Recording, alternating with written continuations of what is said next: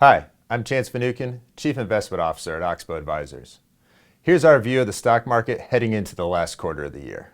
The good performance for stocks broadened beyond the tech sector in the third quarter. Notably, it was defensive sectors like utilities, REITs, consumer staples, and healthcare that did well while technology and energy lagged.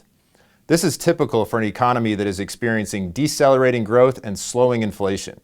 What's important now is deciding what to do from here.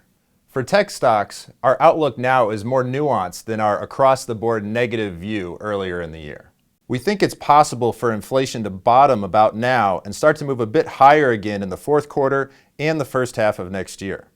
That's a decent environment for growth stocks, so we're monitoring our tech holdings for when to buy some on pullbacks for new accounts. There are 4 that we think are fairly priced, and we will buy for new stock accounts when their prices dip. These companies have excellent balance sheets, grow at a double-digit rate, and have high free cash flow margins. Most importantly, their valuations have not run well beyond their historic average. High valuations are still a headwind for the rest of the Magnificent Seven stocks, as well as the semiconductor industry. A larger drawdown in their share prices is required before we will become interested again. We invest on an absolute basis. We do not want to overpay for an asset. But we will look at how specific sectors and individual companies are trading relative to the broader market too. There are 4 sectors that still trade cheaply relative to the S&P 500: energy, healthcare, consumer staples, and utilities.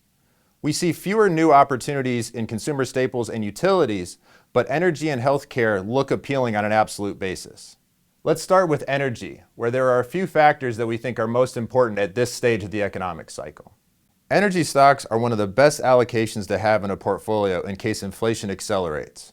Since we think inflation will be stickier than most expect for the next few quarters, it's valuable to own some energy positions at reasonable prices.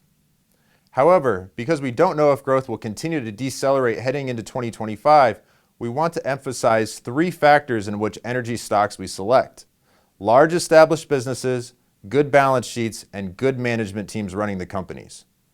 These are 3 companies that we added in the third quarter that we believe fit the criteria. Alternatively, if we are heading into a recession in the coming quarters, having a decent amount of the portfolio allocated to healthcare is important. 2 of the characteristics we value from this sector are high cash flow visibility and high profit margins. These are 4 companies that match those factors. To reiterate, when we list some stocks we own, like the ones in tech, energy, and healthcare today, we're always mindful of the price we are paying for new stock accounts. If a stock we own for the strategy is currently above our fair value estimate, we hold off on buying it for a new account.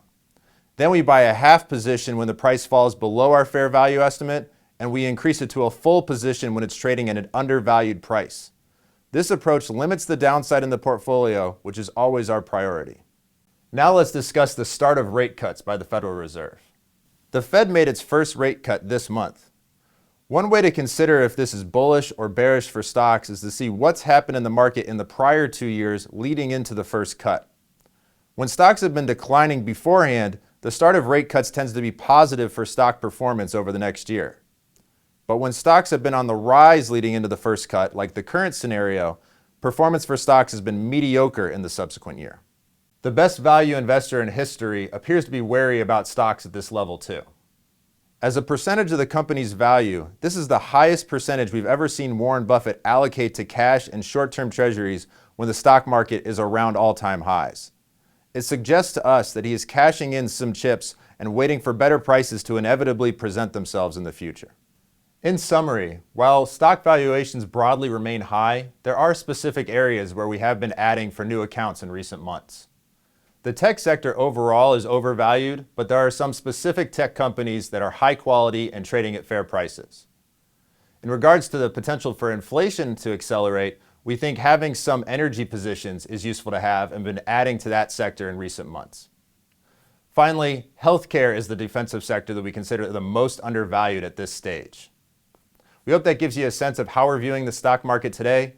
If you have any questions, please contact us. We provide the information that we think is most valuable to investors.